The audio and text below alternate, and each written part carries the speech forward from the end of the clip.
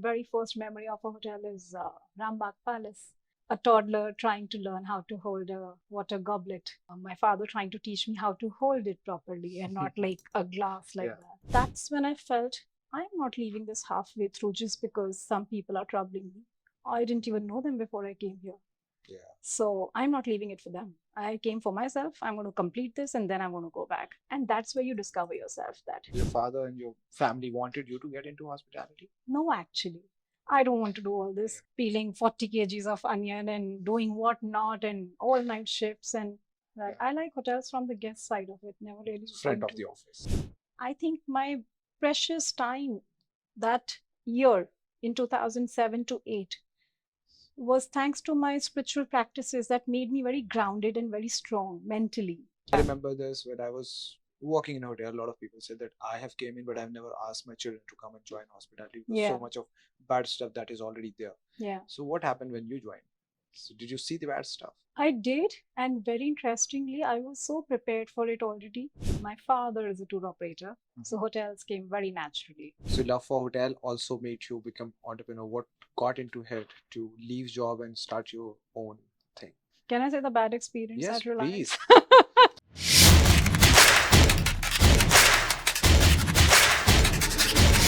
So in today's episode of Connecting the Dots, we are with Shruti Khanna. She has been into this industry for over 15 years and she started her career with Oberoi's, worked with a lot of international and Indian brands, been on and off into hospitality industry. Today, she's here with us and she runs a company, Majestic Hospitality. So we are going to be in podcast with someone who have seen hospitality from being a trainee to being a CEO in this industry, and entrepreneurship journey has been very, very fruitful for her.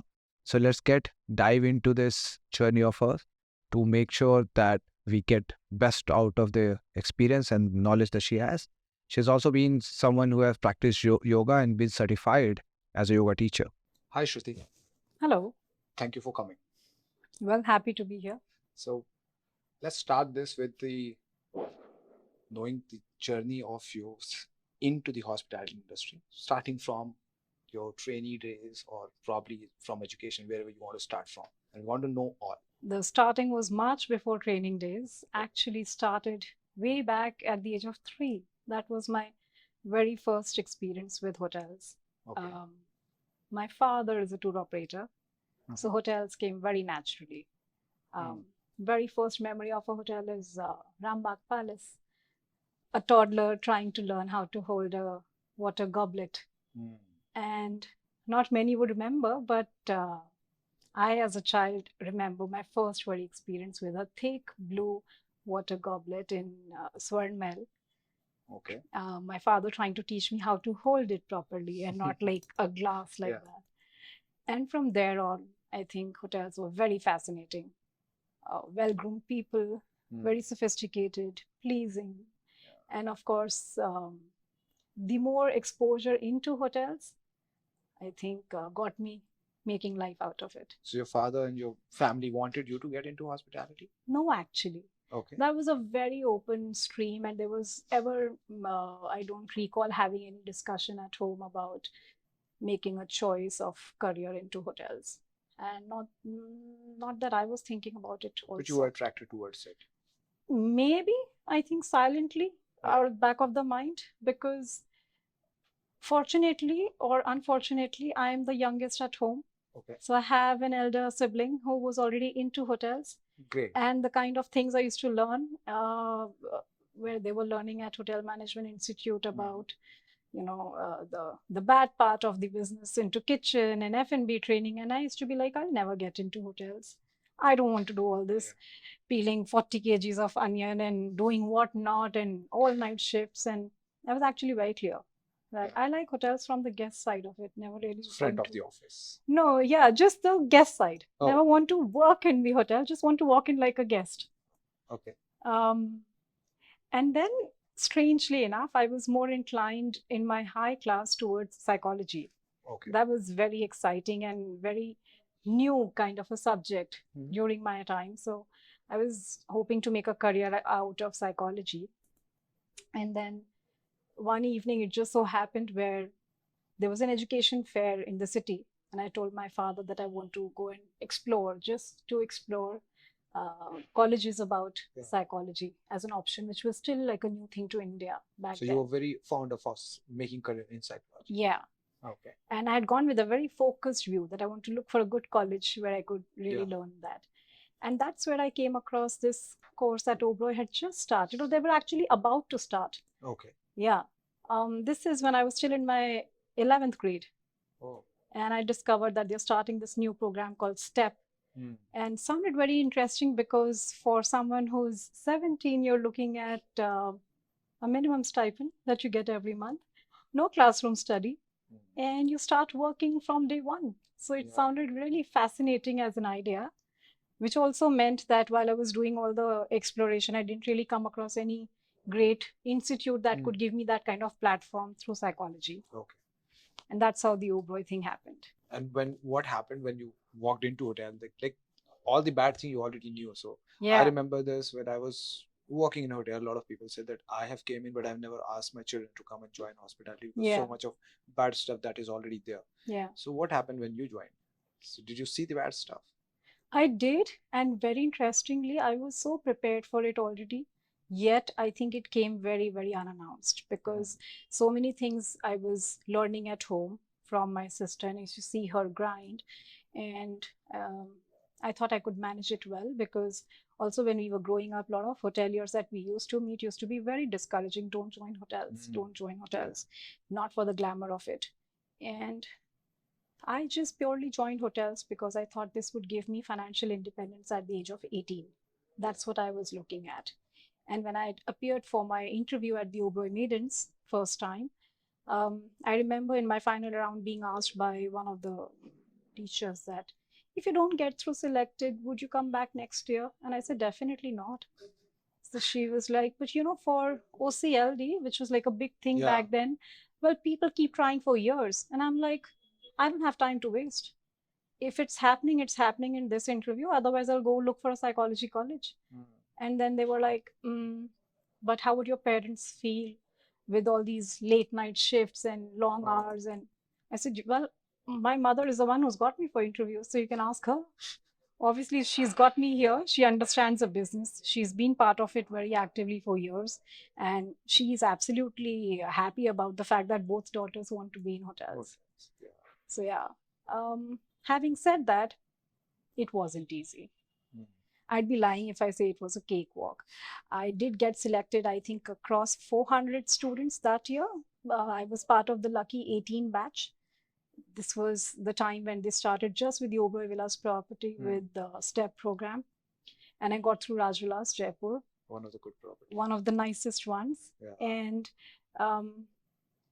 because my father did also have contacts, at some stage he tried pulling me closer to home, to Delhi. So he asked if he could, get her closer.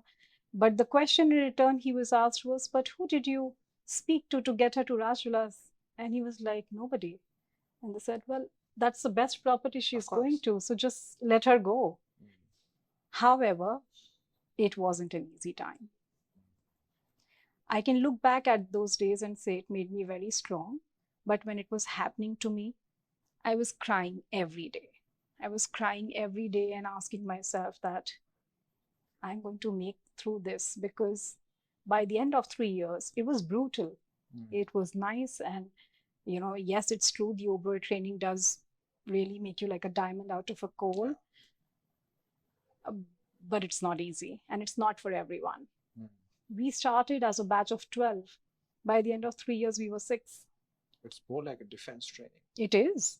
And something very, very brutal to a 18-year-old who's just out of school and out of a very protective home environment where you've not seen the world, where you've not known how business is to be run. And then you start hearing big vocabulary words, right? You're highly irresponsible, you're not dependable. And we're like, what have we done to get ourselves here? We're still trying to grasp the technical terms of the hotel business. But it gave you a very different kind of confidence that if you've been through this, you could be through anything. And you can deal with just about anything. So how much time you invested there in Oberoi? Exactly 3 years. You survived? I wouldn't say I survived. I could say I survived in the first year. By the second year, I got the hang of it. And by the end of 3 years, I think I told myself that this is it. This is who and how I am. You take it or you leave it. Because a lot of people are trying to tame you in that place. And naturally so, because you're so gullible at that age, a lot of people get highly influenced. I think my precious time that year in 2007 to 8 was thanks to my spiritual practices that made me very grounded and very strong mentally. At that age? At that age, yes. And I think that's thanks to my parents, because I was introduced to a spiritual path at a very young age. So when you start calling home and you're crying, your parents are saying, listen, please come back, we don't want you to cry. Yeah, of course. And if they're being so difficult, just come back. And that's when I felt I'm not leaving this halfway through just because some people are troubling me. I didn't even know them before I came here. Yeah. So I'm not leaving it for them. I came for myself. I'm going to complete this and then I'm going to go back. And that's where you discover yourself, that this is how and who I am. You take it or you leave it. But you will not tell me that how I should sit, how I should stand, where I should be, if I should be here or not, or if I'm good enough to be here or not. I came here on my own merit because I cleared the interview because I wanted to be here. And you given 3 years of hard work. You don't like it? Too bad. I know hotel business best than anybody else around in that system because I had seen it from the very young age. And I'd seen both sides of business. Being a tour operator is a very critical role, but very underrated, right? You're listening and learning from the guest point of view, but you're also dealing how the ops work. So I had like a holistic view. So you had a home environment with the hotel. Absolutely. And I knew that it's not going to be just as glamorous as it appears to be. Even after all of that, I was pretty okay to deal with all that stuff. So by the end of 3 years, I was like a sharp person, telling everybody no on their face. Nobody liked me. And I was just about okay with it. But after 3 years that you were sorted that I want to have a career in hospitality, or you thought, no, let's enough of it, let's change the gears? No. I was very clear. I want to be with hotels because I love hotels and I love the part of interacting with the guest, and they love me too. So this 3 year made you stronger with the opinions? Very much. Okay. I only became more firm with my belief that I'm only meant for this. Wow. I don't go half-hearted into anything. So the day I cleared my interview, this is still when I got my appointment letter, and I was in my 12th grade. And we had not appeared for board examination. So you know how school, you would just speak to your friends and everybody starts telling you, oh, depends on the percentage, which college and what kind of career. And I was very sorted. So they used to be like, but you already have your appointment letter. I said, yes, but I need to pass. I have my appointment letter, but I need to pass. So yes, I had the clarity from the beginning because I was very focused that I don't want to waste time in Delhi University colleges. Not saying that's bad, but I was just very focused that I don't want to waste time. I want to invest time in the right place, in the right time. So if it's psychology, which will take me easily 10 years to at least make a established career, then I go that path. And if it's hotels, so then I want to start early. This is a great validation, as I keep on saying, as little very early age, if you are sorted what you want to do, you will of course get a success because you know where to hit. Absolutely. And a lot of people waste time in focusing where to go. It's like you were very confused with psychology to hospitality, and now after 3 years you are very clear the way you have to head. Absolutely. So what next after Oberoi's? After Oberoi, it was going back home. Even though Oberoi tried absorbing me for a hotel job. Why leaving Oberoi? Because of the training setup that they had, because of the culture that I'd experienced, and I was very clear that I don't want to make a career with them. It's good to have this kind of training. This is a very different opinion coming up from... Absolutely. And nobody would say this. I mean, yes, they are best in training, but I don't think they're best with their culture. Mr. Oberoi is very nice. And having met him personally and having the platform where you could interact directly with him was a very nice place where you could also some of the open forums where you could directly go and speak out to the general manager, but then not everybody likes loud voices, and I've always had a loud voice, even if it's the only voice talking in the room. So they are not all kinds who are meant to be tamed. I think I was on the other side, and I was clear that I want to be with hotels, but I don't want to be doing this. So, like a typical question where everyone will ask you in an interview, where do you see yourself in 5 years? And my only answer used to be, I know I'm with hotels 5 years later, Which department, what designation, I don't know. Yeah. We'll see where it goes. I want to add in here because this is very nice as a conversation. This is the first time that I'm listening to someone who's opening out and telling that, Oberoi doesn't have a good culture. Uh, I remember this that I was sitting in an interview with someone throughout my career, and I will tell you two incidences. One Yeah. with Taj, and I was 7 month, 8 month old in Redis, and I was giving the interview. Yeah. And I will not name a lady, but she was taking my interview. Yeah. And I answered everything. She said, Prashant, you are not reliable. It's been 7 months. Why are you leaving the job? I said, because of the opportunity. I have a hunger. I want to grow. There is responsibility on my head.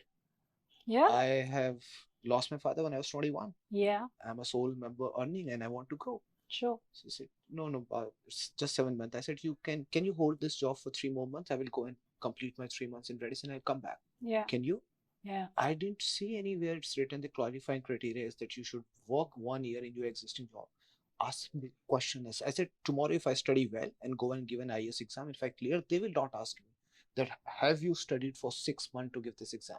They will only say that you cleared, fine, come join, become an IS officer or anything. And the second one, someone asked me that if you go through my LinkedIn, I have changed job every year. And this comes from perception that my father used to tell me, don't fail. So in nursery or pre-prep or at first class, you get 1 year to clear. And same goes with 12th class. I said, this is highly not right. On first also you give 1 year and Yeah. 12th class also you give 1 year. Right. And that's how the competition is. I said, every year, if I'm not growing within the company, that company is bad. Probably they are not looking at someone who has capabilities and caliber to grow. I said, I'll change the job. And that was something that some HR said that you are keep changing the job, you will change the job next year from my company. I said, I will if you don't give me opportunity, if you don't give me salary raise, if you don't give me a good environment. If you don't give me satisfaction. Yes. Very importantly. So if you give me all of this, I will continue. So he said, what is in one thing that you can say that you are reliable and we can trust you? I said, look at my entire CV. You will find that I've throughout 15 years worked in hotel and I never changed the department. I was into revenue management and I left my last job being into revenue management. I don't wanted to become GM. I don't want to become a corporate chef, or I don't want to change my department. This is what I know best and I will do it. Yeah. But I can change companies if you're not giving me the right platform. Yeah. So great. I think so. What you find, so like hospitality in total, every company is somehow plus minus 10-20% is this way. Well, no, don't get me wrong. I'm not calling out Oberoi's. I still think they're the best homegrown brand. And the kind of quality and service you get at the Oberoi is really hard, even with all the international brands present in this country. But having said that, you may not always get the right set of people. And if you don't get the right set of people, then I'm loyal to my job. I'm not loyal to the company I work to. It's as simple as that. And if I am so talented and if you can't tap into my talent, then that's on you, not on me. Correct. I was called out at various times in those 3 years for being a highly honest, a highly obedient, a highly vocal child. And that's not my fault. That's my upbringing. And I'm very proud of it. If I'm being honest, how is that bad? Yeah. It's not bad. Just because you like to hear a diplomatic answer, you won't always get one, right? If my father's taught me well that, you know what, stand up for yourself, even if you're the only person in the room, I'm not scared. And if you are scared, then that's on you, not on me. Correct.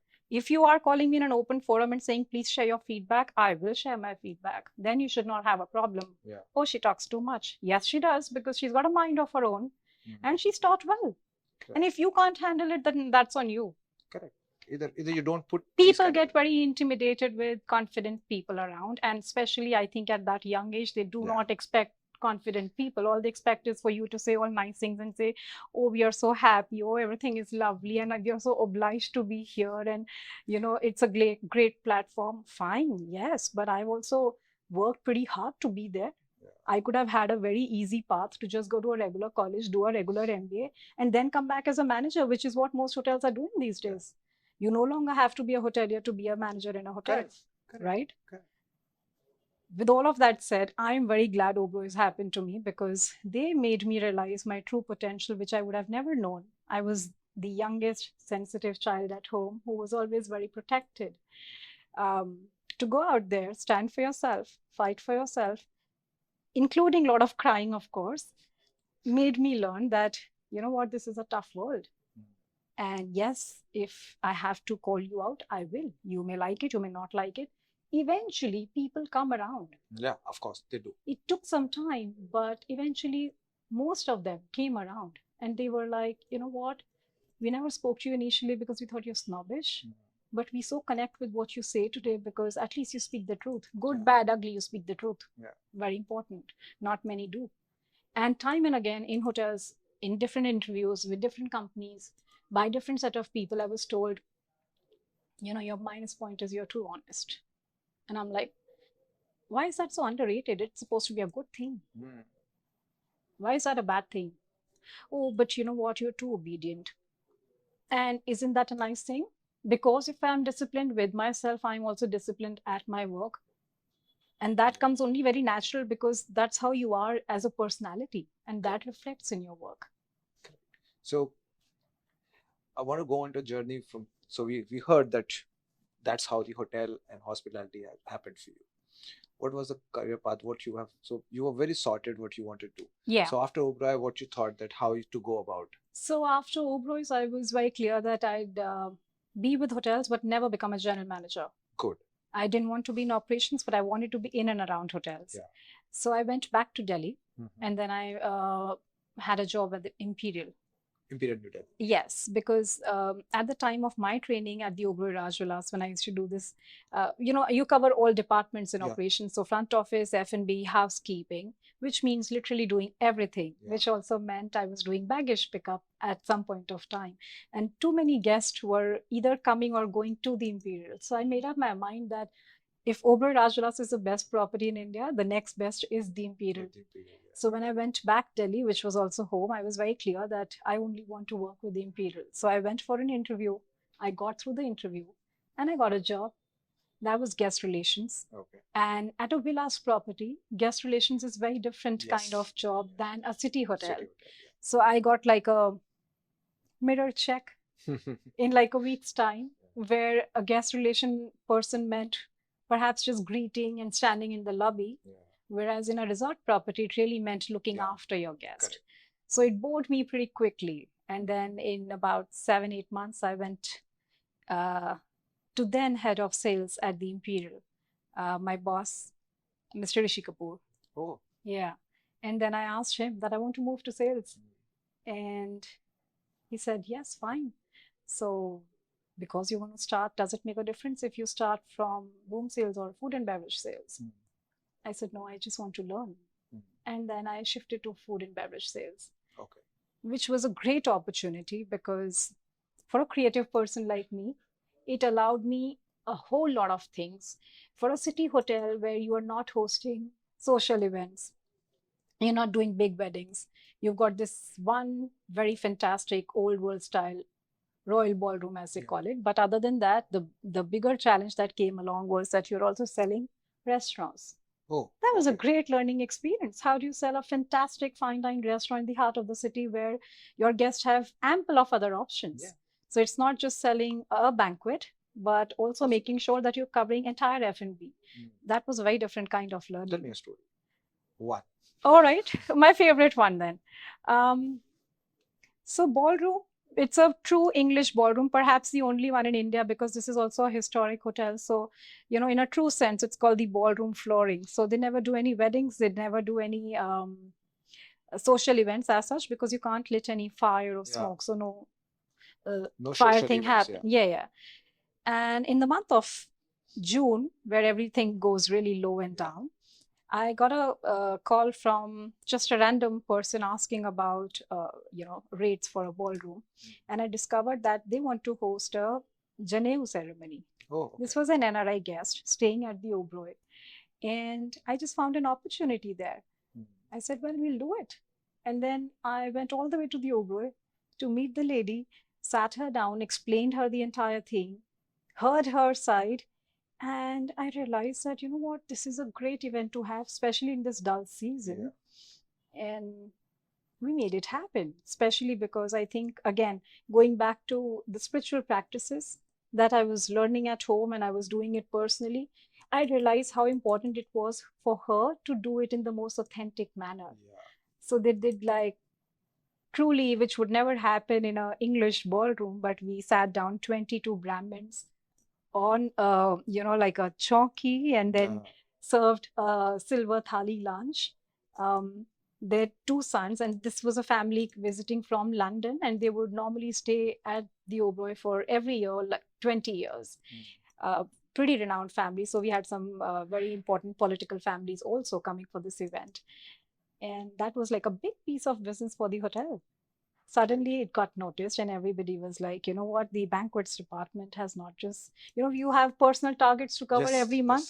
I think that one event of mine covered for all three team members in banquet sales. So suddenly it was making noise in the hotel. So in our English royal ballroom, now we're also doing janeu ceremony. I said, well, whatever keeps a guest happy. And the guest actually went back very happy. And hotel was happy too. Hotel was happy too. Yes. So that was a great story to look at. So this came to this made you a different star in the hotel at that point of time. What was your feeling? What? It didn't really make me a star, but I can say that, it gave a very different opening to everyone that this can also be done. May not be weddings, but if you be a little more creative, it doesn't have to be a regular social cocktail. You could do a little more. That's what it was. So once you are in sales, what was the next? Next was getting into the room sales, because I realized that that was more important side, and you are doing a lot more other than just doing events. And of course, this part you've learned, the operations. So where do you go next? Next happened was room sales. Was it difficult? No. Once you learn how to sell, and I think to some of us it comes very naturally, it was pretty easy. Now you hold a company. Yes. And you also take care of our travel. Yes. Part That's of our family business. Family business. Tell me something about from job to being an entrepreneur yourself. What's the feeling now? Frankly, not very different, except that it gives you the independence to do the things right way. I have been really fortunate that, other than the experience with sales and marketing, I work with some great companies internationally. And sometimes it's about being in the right place at the right time. I'm not saying that it is just purely destiny. I worked pretty hard, and I also took many risks, which normally people would not take. I know you've changed companies. You have worked with Reliance. You have worked with different other companies as well. Yeah. And sometimes just going into unknowing is also absolutely fine, as long as you know the truth within your heart. How someone conquers this feeling of getting into unknown territory where you are going to face different situations? A lot of people would not do it. Yeah, that's why I said, if you have your heart in the right place, you can step into any dark room and you can just lit up the whole room. So I got a great opportunity to work with MGM Resorts. And that was a very different kind of business that I dealt with. It gave me a huge platform internationally. The learning was great. It was also a very different style of grooming that I got than how Indian hotels operate, no matter what international brand name you want to put up on that hotel. When a brand comes to India, and I'm not taking any credit away from the international brands, but they do get diluted. And to a large extent, they become very Indianized in their way of working. Let's accept it. It is true. Yeah, it's for all of them, not for one, but all of them.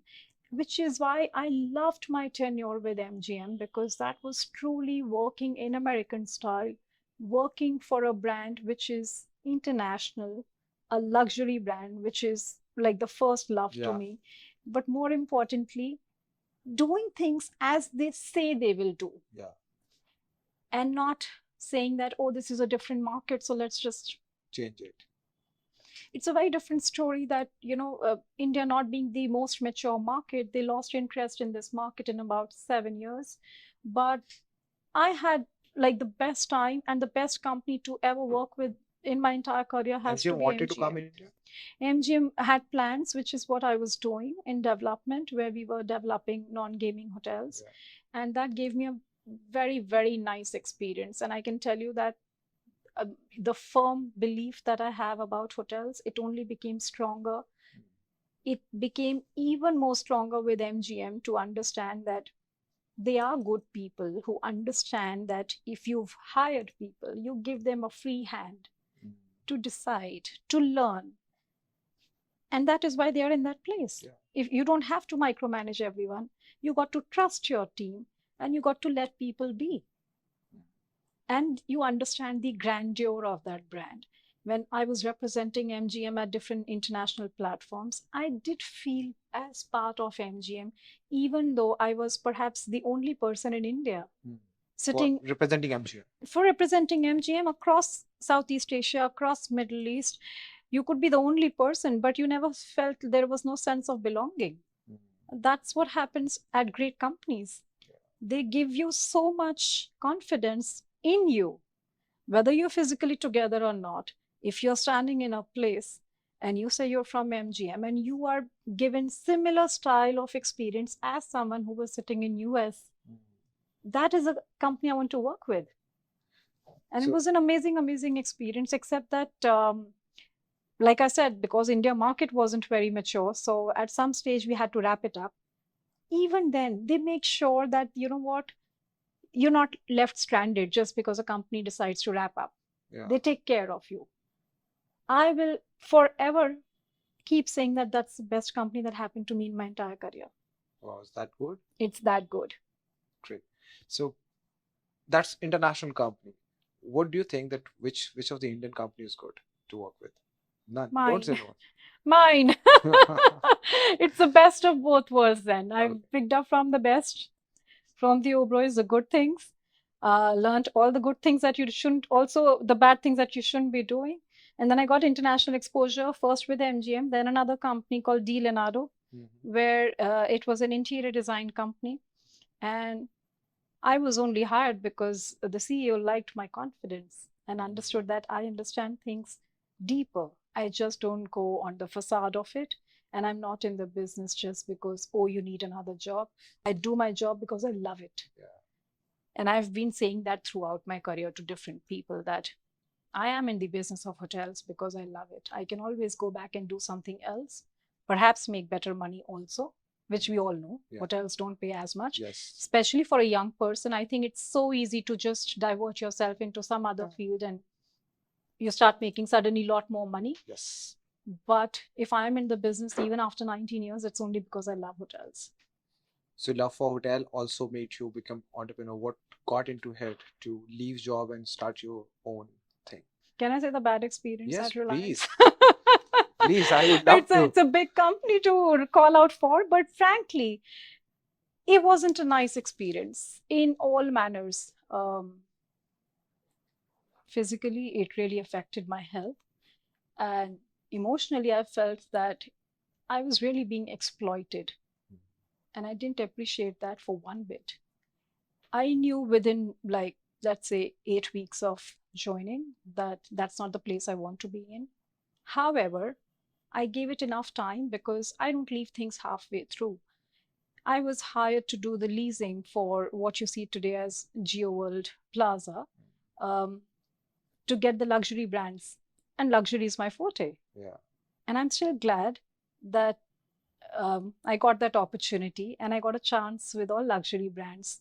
Other than hotels, something different, but luxury. So I loved it.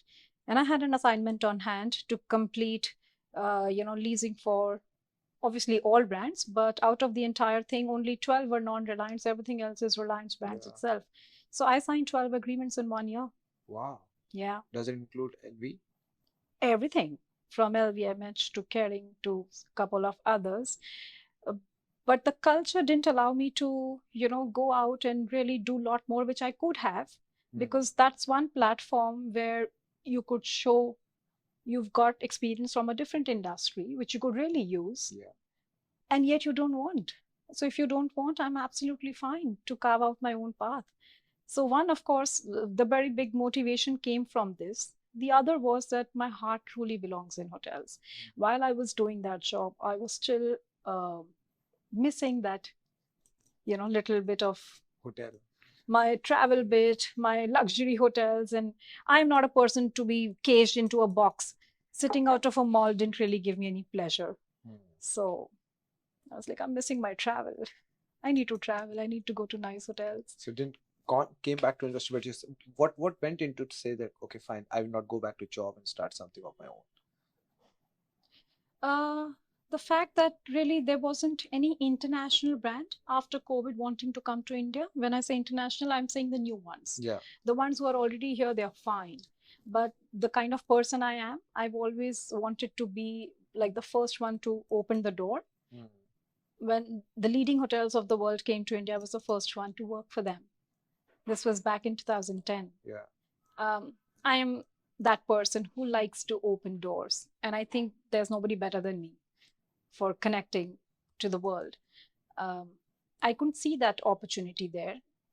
And simultaneously, while I wasn't having a great experience at my workplace, I realized that one should do where you don't feel like you're working. Okay. And this comes very naturally to me, to what I do now Hmm. with hotels. Even if I'm not talking work, it just somehow slips into the conversation because it's just so close and so natural. It's 24/7 in your head. You can't evade. Yeah. I remember there were times, even at home, when we were growing up, and we used to say, all right, today we're not going to speak about hotels.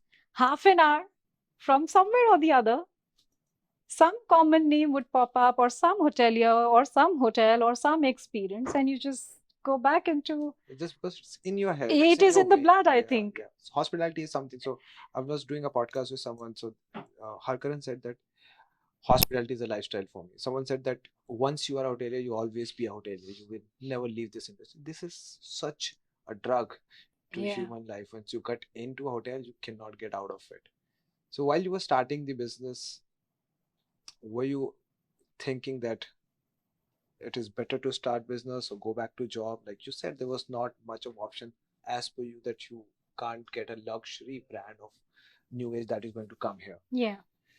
Was it Yeah. difficult to start business? No, I was very clear. I think that's one thing that I have never, like I said, never done half-hearted things, but I'm also not an impulsive person. Okay. I take my time, I contemplate, and I think that's again a blessing or a virtue I've developed over years through my spiritual practices.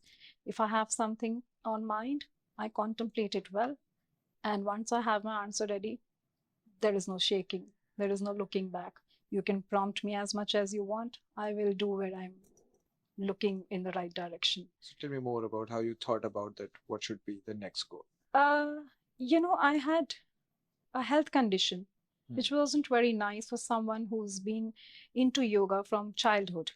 Hmm. I was introduced to yoga when I was 5. There's a lot of good things you were introduced to in a very early age. I've been a lucky soul. But yes, I think that goes back to, giving a lot of thank you to parents. Yeah. They say all the time that their biggest investment is see their children grow than anything else that you count as wealth in life. And I think that's very true. Correct. They've been very devoted parents, and they've, of course, been very, very strict and disciplined, which is how we are. And I think it's all nice. You don't find too many people who know exactly what they are doing and where they're going. We had that liberty with all the restrictions around, but all of it together made a very fine blend to actually make a wise choice at every stage of life, whether it was school, college, friends, your peer around, anything. There was no peer pressure ever felt. You could while starting a business, your family supported you well? Absolutely. Absolutely. While starting business, I can tell you when I was making choices in my school about subjects that I wanted to choose after 10th, I had absolute support there as well. They just said, well, you're the one who has to study. So you please make up your mind what you want to do. Correct. And there was no pressure. I used to hear from my friends, oh, my parents will tell you only take science, or only computers, or only this. I had no pressure at all.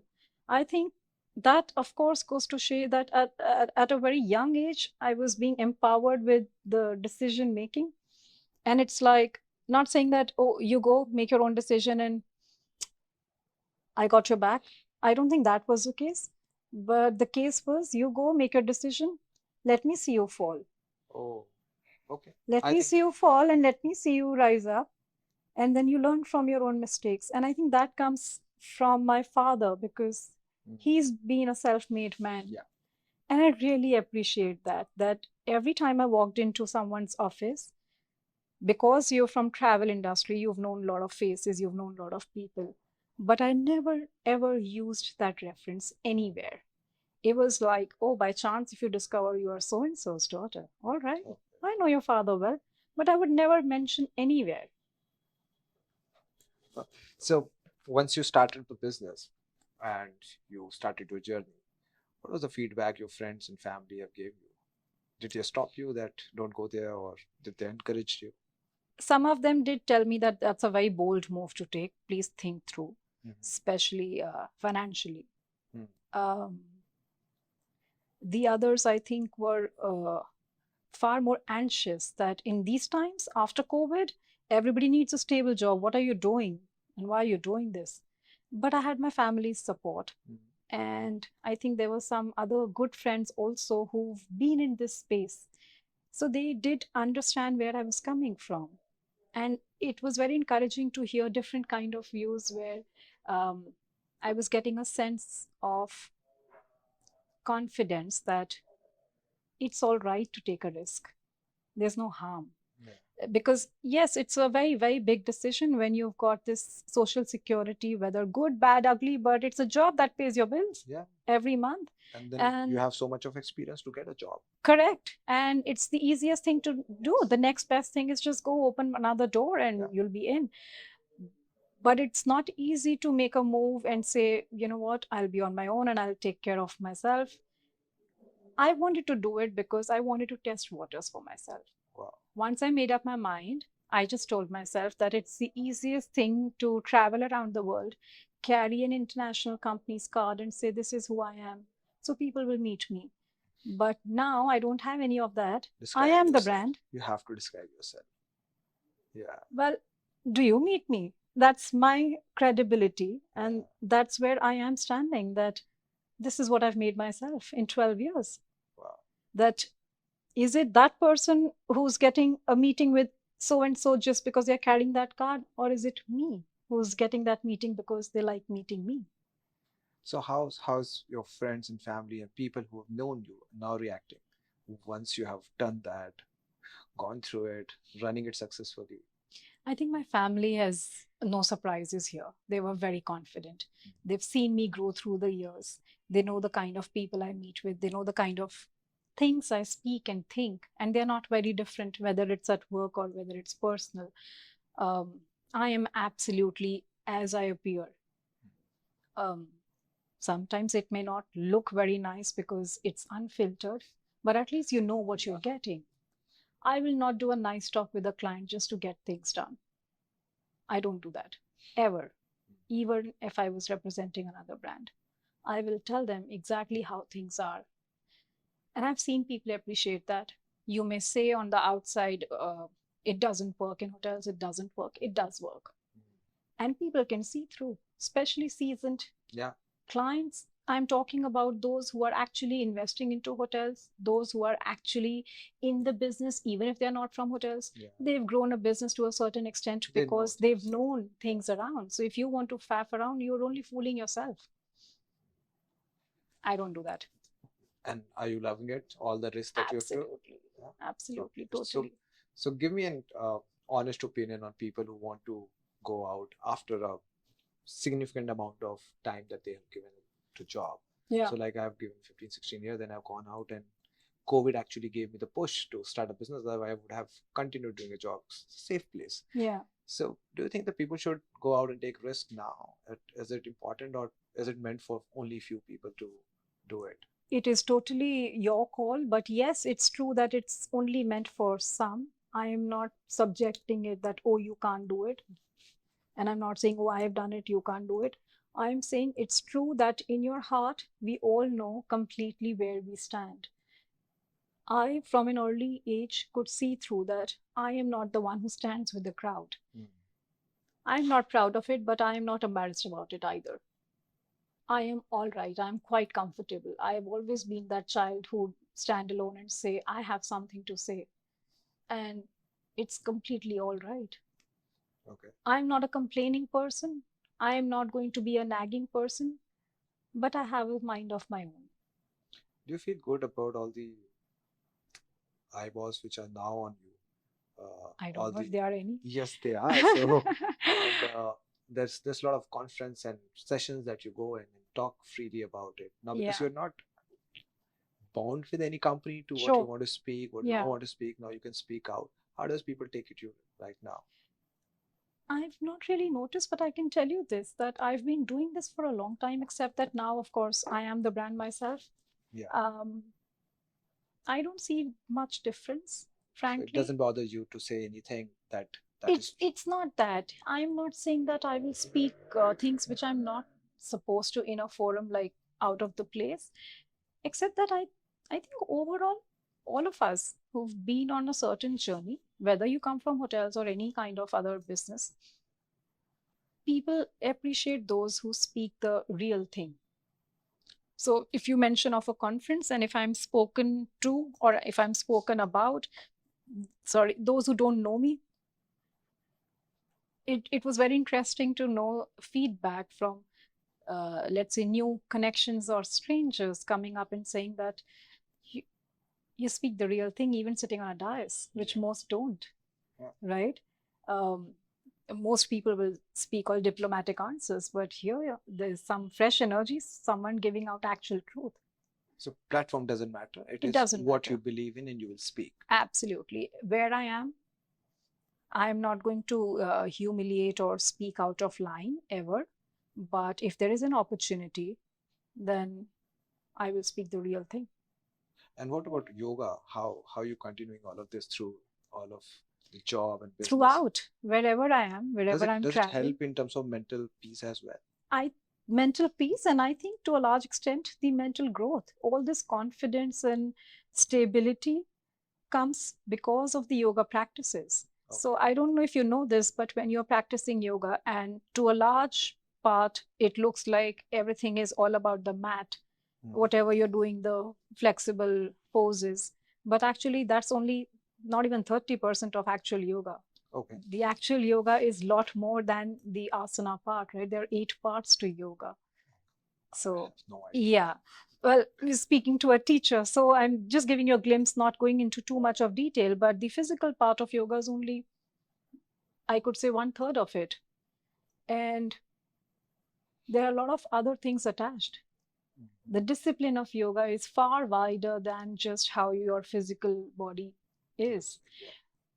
All the practices that I do, whether it's yoga, whether it's meditation, the learnings enhance naturally with the practices. So each pose that you do, whether it's a forward bend or a backward bend, it also, in your own being, encourages a very different kind of emotion. So it opens you up. And sometimes it's about cultivating those emotions. And those emotions could be attached to virtues. So, for example, if you do a lot of forward bending and that comes very naturally to you, that means that you're very flexible in life and you're willing to adapt. Someone who, because it's not natural for you to keep bending forward, right? You're always sitting uptight, straight, right? So if you're doing an asana, which some people struggle, you have to just keep making effort to go down. And there are those who are sitting very comfortably and easily they're able to touch their forehead on the floor. It also means that you internally as a soul are very adaptive and you're flexible to surrender to nature. And those are kind of things, I know, getting a little bit on that side, but those things have really helped me become who I am. So if I have confidence, it's not arrogance. Okay. If I have a mind of my own, it's not about, I want to prove you wrong. It's about truly knowing what I stand for and what I really feel. And that clarity comes with the practices that yoga has helped me over the years.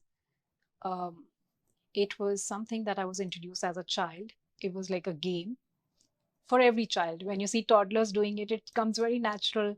And then at some stage, it became like a serious thing where I realized that my calling is not to going to a gym, but to go to a yoga place. And I want to seriously learn the art of yoga. And then, of course, there was also a phase where people had that perception that yoga is only for girls and not for boys. All of that has now changed. But in that journey where I was doing that, That's what kept me very grounded, at the same time made me strong in my beliefs that whatever the world outside keeps saying, it does not affect me, because I know I'm on the right path. It's not, like you would know, hotels aren't an easy place, Yeah. even more for women, because it just goes without saying I that. want to get into that conversation. Yeah, later on. I'm not going to diverge too much into it, but it is true that, you Yeah. know, either you're taken for granted or you're not even given your due credit. I have already done that line. I said this industry and hotels is majorly dominated by male. Absolutely. You'll find less of female, and that's the reason Marriott is doing a lot of female empowerment program, and a lot of other companies are doing, because Yeah. you are in scarcity of females out Yeah. there. And why would you need them if you just give them their due respect, right? So either you're taken for granted or you're never given your right or due credit because, oh, just because you're a female, you get that. But I think that's where my practices made me strong internally, and I could hold on my own and say, you can say what you like, and I will do things my way. And I'm not changing for anybody. I want to be with nice people around. I want to pick up their good things and move forward. So coming back to hotel, what is your view on hospitality? I'm not talking about next 5, 10, 20 years, but how the hospitality is going to be for yours and my generation to still till the time we are alive here. What do you see? What do you predict? I don't predict, but I do see that there's a vast opportunity for us to outshine to rest of the world. I'm saying us as in Indian hospitality or Asian hospitality, having traveled enough around, I realize that the kind of business we are into, we are less of business people, but more of emotional people. And that's how just Indians are. So nobody does it better than us. Truly, nobody does it better than us. You could have all the technology in the world. You could have all the magnificent part of, grandeur business that you want to represent out there. But the actual eventual truth boils down to that personalized touch. That is there with That us. we get it better even in the smallest hotel in any tier 2, tier 3 city, So that's, which may that's how not we be are brand. raised, right? Exactly, which is why I said that we as Indians know the best. Even if you have someone at home, the kind of host you are speaks a lot, Yeah, right? yeah. And this is hotels. It anyway comes very natural to us, where we just want to make people feel happy. We don't want anyone being upset. Yeah, that's natural to us. That's very natural to us, yeah. So I think there's a lot of discussion happening around in hotel industry today, and it is on sustainability. A lot of people are talking about it. Yeah. I truly don't understand it on a very broader aspect, and I think there's too early to talk about sustainability right now in hotels. It's a people-driven industry, and you can't remove people until the time people are there. Yeah. Sustainability is going to be issue. Yeah. What is your take on this? I don't see that as an issue. However, I do want to highlight the fact that a lot of people are speaking, like you said, and doing their checklist and doing tick mark of the right boxes. But I'm not so sure how much it's effective in terms of, if you're technically doing a checklist to show someone that, oh, we've done all the bits, so we are getting ABC certification, that's all right. But, and I'm speaking now as a guest, more of the guest side of the table than the hotelier side. You don't want the experience to be compromised at any stage. Yes. I am of a very strong view, especially because my focus in business is more on luxury segment, and that's what I cater to. That's been my forte from a very early age. In a luxury hotel, if you are going to park bottles on the wall and tell people to use moisturizer only from here because you don't want these plastic bottles either being used too many or being taken away by your guest, then I'm not flawed by your luxury brand. Yeah. All the ESG in the world is fine, but you have to be very practical and sensible to ensure, does it really make sense? At the very grassroots level, I'm not speaking of the high level stuff, but as someone who's paying $400 for a room, and you tell me that you don't have the luxury of using moisturizer when you're sitting on the bed, you only have to stand in the bathroom and use it, I'm not pleased. And this is not happening just in India, I can tell you this. Yeah, this is happening around. This is happening all across, which is very unfortunate. I was in Dubai a week ago, and I'm not going to name the hotel, but in a luxury hotel, you've got this bottle the moisturizer dispenser with a card which says, if this bottle is taken away, post your checkout, we'll charge your credit card. I am not pleased. A, you've already assumed your guests are thief. B, you can't be charging for a moisturizer. For a luxury traveler, they already always, at least most of them, would carry their own toiletries. Yeah. Chances are rare someone would want to pack up this kind of bottle which cannot be like sealed. Why would you want to do that? Too on an international And level. then you're saying if someone takes that away, you're going to charge their card. That's one instance. On another instance, this is a hotel in Singapore just 2 weeks ago where, again, a luxury hotel brand, you're paying $500 a night and you've got moisturizer parked on the wall. And I'm thinking, back in 2009, when IBIS came to India, Yeah. that was the first IBIS to India. That's where first time I experienced that they do these toiletries, with the dispenser thing. And for an IBIS, it's all right. It was fine. It's all right to Yeah. do that. But you're a luxury brand. Aren't you charging $500? The least you could do is just put up those miniature, which are more practical to use. Yeah. And trust me, if you are thinking from the aspect of ESG, we're trying to avoid plastic, it's not helping. It's definitely not helping because most of the time you end up wasting so much. And then there are some hotels who perhaps are trying to be more creative and not pluck it into the wall, but say we'll use these bottles of either ceramic or wooden or whatever, so it's easier. You got these lids which are that big of an open mouth, so you're wasting far more. And how are you supposed to? A moisturizer is a moisturizer. You can't be like literally taking this kind of a jar and saying, oh, you do this, and you don't waste. So Not practical. not practical, and a very minute detail. But then that's how I am. I like to go into minute details. So I don't feel that we are talking in the right direction when it comes to sustainability. No, I'm talking about the industry. So I'll give you an incident about, like you talked about the luxury brand. So I was in Andaz and there is a water that 5-star luxury hotels give you. They have to put an international water. Yeah. And it was Veen, which comes from Bhutan. Right. And Bhutan as a country are dependent on a lot of Indians in terms of small business. Yeah. And because they don't have bigger industry setup, they are mostly driven through tourism and small businesses. Yeah. Now you came up with your own bottling plant. Yeah. And what have you done? The Veen has gone. Have you ever seen what economical dent that country has gone to? And tomorrow, just because we know JW is luxury, Century just says luxury, and you will replace all the toiletries with your own name. Yeah. And we'll be bound to use it. And what happened to a lot of other luxury brands? That was their karma. What happens to Forest Essential? Now they have realized, because they are the big companies, they have came onto airports and opened up their stores. For them, they knew if the guest looks at us and recognize us as a brand, they will of course gonna have to be forced and put into the hotel so that they can relate to luxury. Yeah. But the smaller brands like Veen, like other who have not, up the game on the time, is getting out of business. Absolutely. Just because of the sustainability word, you have caused. Sometimes sustainability just becomes a word that hides all your cost cutting that you're doing. Yeah. And you can rub it under the carpet and say, oh, it's for the sustainability, but truly that's not what it is.